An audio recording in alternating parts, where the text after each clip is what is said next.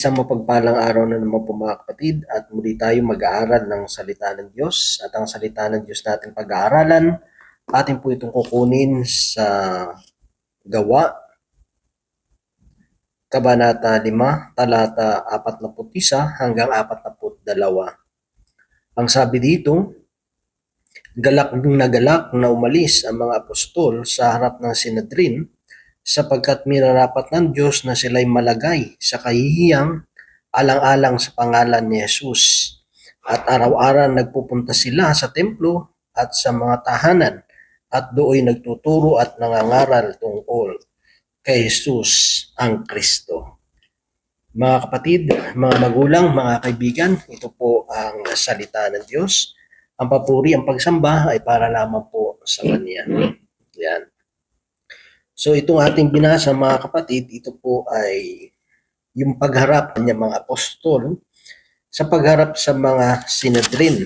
Dahil sa time na ito ay dinakip po sila dahil sa inggit ng mga punong saserdote at ng mga kasamahang kaanib ng mga Saduseyo. Kasi marami na ang sumasampalataya sa ating Panginoong Hesus sa pamamagitan ng pangangaral ng mga apostol.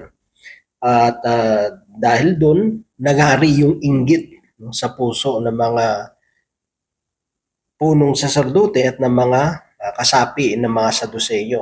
Kung isipin mo itong dalawang sangay na ito, ay meron silang hindi rin na pagkakasunduan, lalo na mga Saduseyo ay hindi sila naniniwala na bubuhayin yung mga patay. Alam naman natin yung mga Pariseyo at mga Saduseyo, ito yung mga pangunahing pangkat o leader ng mga Hudyo at sila yung palaging sumasalungat sa turo ng ating Panginoong Hesukristo.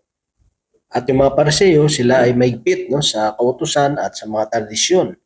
Yung mga Saduseyo naman, ay ito yung mga mayayaman, aristokrata, at hindi naniniwala sa muling pagkabuhay. Sa kabila ng dalawang ito ay hindi magkasundo, pero bigla sila nagkasundo laban kay Jesus. At dahil nga sa inggit nila, ay ipinakulong nila sila Pedro at ang mga apostol. Pero sabi doon, kung babasahin natin yung buong Acts chapter 5, mula doon sa may verse 17, kasi medyo mahaba po siya, ay may kita natin pinakulong nila. Pero nang naggabi na, ay binuksan ng anghel yung kulungan at nakalaya itong mga apostoles. At sila ay nagpatuloy sa pangangaral ng salita ng Diyos. At kinabukasan, pumunta yung mga Pariseyo at mga Saduseyo doon sa kulungan sa templo. At nagulat sila kasi wala silang makitang mga apostol, hindi na nakita yung mga apostol doon sa kulungan. Kahit nakakandado na yung kulungan, talagang namangha sila paano sila nakalabas. Kahit meron man nagbabantay, hindi sila napansin. At may dumating na balita sa kanila na sila San Pedro ay nangangaral doon sa templo at nagtuturo. Kaya ang nangyari, yung kapitan ay pumunta doon sa templo kasama yung kanyang mga tauhan at isinama yung mga apostoles. Pero hindi sila gumamit ng dahas kasi nga natatakot silang batuhin sila ng mga tao kasi marami nang sumasampalataya sa ating Panginoong Hesukristo. So hinarap sila doon sa may Sanhedrin at ang mga apostoles, siniyasat sila ng pinakapunong saserdote. Kasi mahigpit na pinagbabawalan sila sa pangangaral tungkol sa ating Panginoong Kristo. Pero dito sinabi ng mga apostoles, sino ba ang dapat naming sundin, ang Diyos o ang tao? Si Jesus ay pinatay ninyo at ipinabitay sa krus. Inakyat siya ng Diyos sa kanan bilang tagapanguna at tagapagligtas upang bigyan ng pagkakataon ang mga Israelita na magsisi at tumalikod sa kanilang mga kasalanan. Kasi yun naman talaga ang pinaka-purpose. Bakit pinadala yung ating Panginoon? Para yung kanyang bayan ay magsisi at tumalikod sa kasalanan. So, imbes na sila ay tumalikod, manampalataya, ang ginawa pa nila ay pinatay nila ang ating Panginoon at ipinabitay sa cross, sabi doon. Kaya doon, nagngit-ngit sa galit talaga yung mga Pariseo at sa mga Saduceo ng time na yon. Pero may isang uh, Pariseo na nagangalang Gamael, tagapagturo ng kautusan, at hindi lamang siya tagapagturo ng kautusan, kundi siya ay iginagalang. Diba? Kaya may kita natin dito, iba pa rin talaga no, kapag ang isang nangangaral ay iginagalang. Kasi pinaniniwalaan nila na yung anuman yung karunungan na sasabihin ng taong ito, ay naniniwala sila na ito'y galing sa Diyos at merong ito ay bukal ng karunungan na yung sasabihin nito ay makakapaglubag sa mga damdamin ng mga tao. Kaya nga, ang sinabi niya, inalis niya muna yung mga apostol at kinausap yung taong bayan. Sabi niya sa simpleng salita na marami nang bumuo ng mga grupo. Pero nang namatay sila, nagkawala-wala rin, nagkawatak-watak yung kanyang mga membro. Tapos sabi niya sa mga tao, huwag ninyong pakialaman ang mga taong ito. Hayaan niyo sila kung ang kanilang panukala o pagpupunyagin ito ay mula sa tao, ito'y mabibigo. Ngunit kung mula sa Diyos, hindi ninyo ito masasansala at lilitaw pang lumalaban kayo sa Diyos. Napahinuhod sila sa payo ni Gamael. So may kita natin dito mga kapatid, no, na tama naman yung sinabi ni Gamael, di ba? Kung ito'y gawa lang ng tao, hindi ito magtatagumpay, hindi ito magpapatuloy. Pero kung ito'y mula sa Diyos, at ganito yung magiging reaction nila, hadlangan nila, ang mangyayari pa ay parang kinakalaban natin ang Diyos. Diba? Kaya maganda rin na nandun yung respeto nila sa tagapagturo na yun, at sila'y sumunod dun sa kanyang payo. Which is totoo naman, di ba? Paano kung talagang sa Diyos yan? Di lumalaban tayo. Hindi sila yung kinakalaban natin, kundi kinakalaban natin yung Diyos na nagsugo sa kanila upang ipangaral ang mabuting balita ng ating Panginoon. Kaya ang ginawa dito mga kapatid ay pinalaya sila, pero bago sila pinalaya, sila po ay pinalo. Kaya nga na doon sa binasa natin, matapos silang paluin, ay pinalaya na sila. Pero sa kabila nyon, sabi doon, yung mga apostoles, yung sa binasa natin, ay galak na umalis ang mga apostol sa harap ng Sinedrin sapagkat minarapat ng Diyos na sila'y mailagay sa kahihiyan alang-alang sa pangalan ni Jesus. Diba? Nagagalak sila kasi naging kabahagi sila doon sa kahihiyan, diba? Doon sa paghihirap na naranasan ng ating Panginoong Jesucristo. Tayo ay nakikibahagi. Yung maranasan natin, yung naranasan ng Panginoon, hindi man ganun katulad sa ating Panginoon, at least naging kabahagi tayo kasi hindi natin pwedeng mapantayan yun, di ba? Yung sakripisyo na ginawa ng ating Panginoon, pero sa pamamagitan ng ating pangangaral ng salita ng Diyos, sa kabila ng mga pag-uusig, sa kabila ng mga pag-aalipusta, sa kabila ng mga negatibo na sinasabi ng mga tao o hinahadlangan yung ating paglilingkod, ay nagpapatuloy tayo. Isang malaki ng karangalan yon na maipakita natin yung ating pananampalataya sa Panginoon. Doon sila nagagalak. Dapat ganun din tayo.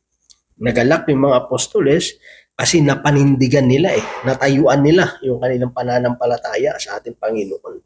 Hindi sila natinag, kundi isang naging way pa nyo kasi kung hindi rin dahil din dun sa advice ni Gamael, at kung hindi rin dahil sa kanilang paniniwala at paninindigan sa salita ng Diyos, hindi magpapatuloy yung kanilang pangangaral. Kasi dito at least kahit paano nagkaroon na ng unting kalayaan no? Hindi naman natin talaga masabi 100% yung kalayaan nila, pero at least nandun yung payo ni Gamael doon sa mga tao na hayaan nyo lang sila. Diba? At least kahit paano, nagbukas ng way yun, yung payo ni Gamael na yun, At yung sitwasyon na yon na sila ay dinakip, di ba? Kinulong para mabuksan yung kanilang pangangaral, di ba? At least kahit paano medyo hindi na ganun kaigpit, di ba? Kasi na dahil din napayuhan yung mga Hudyo na hayaan lang yung mga apostoles sa kanilang pangangaral. Kaya kita nyo yung pamamaraan ng Diyos. Diba? Ninayaan ng Diyos na dumating sila sa point na yun na makulong, mapahiya.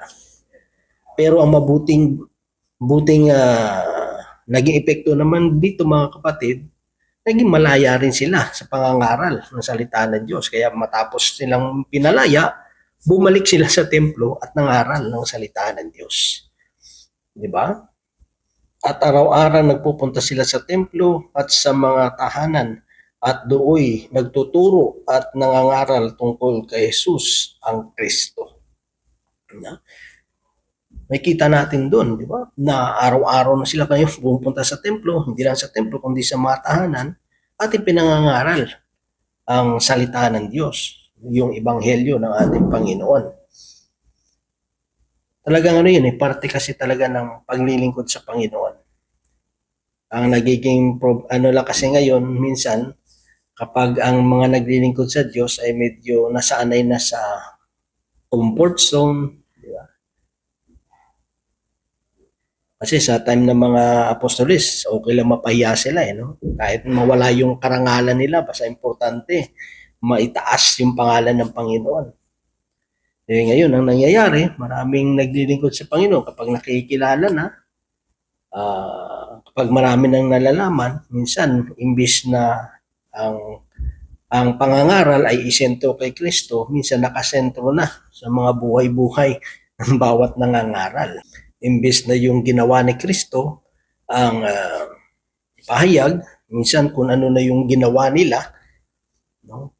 Na kung isipin natin, kunyari may gumaling sa pamamagitan natin, ang totoo naman dyan, hindi naman tayo ang nagpagaling, kundi si Kristo. Pero minsan, kapag nagbabahagi na ng salita ng Diyos, may iba, nagsasabi na, ako yung nag-pray over dyan, kaya gumaling yan, di ba? Parang kiniklaim na yung glory na para sa Panginoon. Na para yung mga tao, humanga, no? Sabihin, matindi pala to. May gift pa to sa healing, mahusay to, the best, parang gano'n, di ba? Yun ang danger doon, mga kapatid. Pero sa mga apostoles, sa mga early Christians, sa mga early father natin, sa pananampalataya, hindi ito yung pinakamahalaga sa kanila. Ang mahalaga sa kanila, mga kapatid, may pangaral ng salita ng Diyos. Di ba? May taas ang ating Panginoon at naman yung karangalan, yun naman yung dapat maging motibo, maging hangarin ng bawat na naglilingkod sa Panginoon. Yung matayuan lang natin, yung pananampalataya natin sa Panginoon, in the midst ng mga taong hindi naniniwala, malaking karangalan yun, mga kapatid. Diba? Pag na-assign kami dun sa mga lugar na medyo delikado yung lugar, diba? Merong tayo mga kapatid sa pangangaral na habang nangangaral, nasuntok pa. Diba? Merong biglang binunutan ng baril, no, ng mga 90s. Lalo siyempre pag na-assign ka sa mga baryo-baryo. Meron nga kaming kasama yung instrumentalist, yung choir. Diba? 3 sila. Bigla silang habang naghihintay sila ng sasakyan, no? Galing sila sa prayer meeting, bigla silang nakursonodahan. Ayun, sila, nasuntok, no? Mayroong mga iba, mga kasama kami doon na nagkaroon ng pasa. Pero nandun pa rin pag-iingat ng Panginoon, di ba? At nakatakbo sila, at nandun agad yung pag-rescue ng Panginoon kasi mayroong van, no, na dumaan at doon nakasakay sila. So nandun pa rin yung ng Panginoon. Part kasi ng paglilingkod talaga yun, mga kapatid, yung mga ganong karanasan. Tapos maasayin ka sa mga bundok, maglalakad ka ng malayo, talagang grabe yung sacrifices, no? Sakripisyo mo, pero masaya ka. Masaya yung puso mo. Kasi bakit? Yun part ng paglilingkod natin sa Panginoon yun eh. Huwag kasi nating ialis minsan. Yung kasi sabi ko nga, nagiging problema kapag naging komportable na yung paglilingkod. Minsan, ayaw na natin magsakripisyo, ayaw na nating mainitan, di ba? Pag nasanay ka na sa aircon, tapos pag ang venue medyo uminit lang, iba nagre-reklamo na, di ba? Wala, ayaw ko na dyan kasi masyadong ayaw ko sa lugar na yan kasi ganito, mainit, hindi komportable, di ba? Parang hinahanap na is yung comfort. Pag ganun na yung magiging attitude natin, kailangan na nating i-check yung puso natin. Ba, baka kung nasa tama pa ba yung ating puso sa paglilingkod sa Panginoon. So yun lang mga kapatid, at nawa ang Diyos patuloy magpala po sa bawat isa sa atin. God bless po sa ating lahat.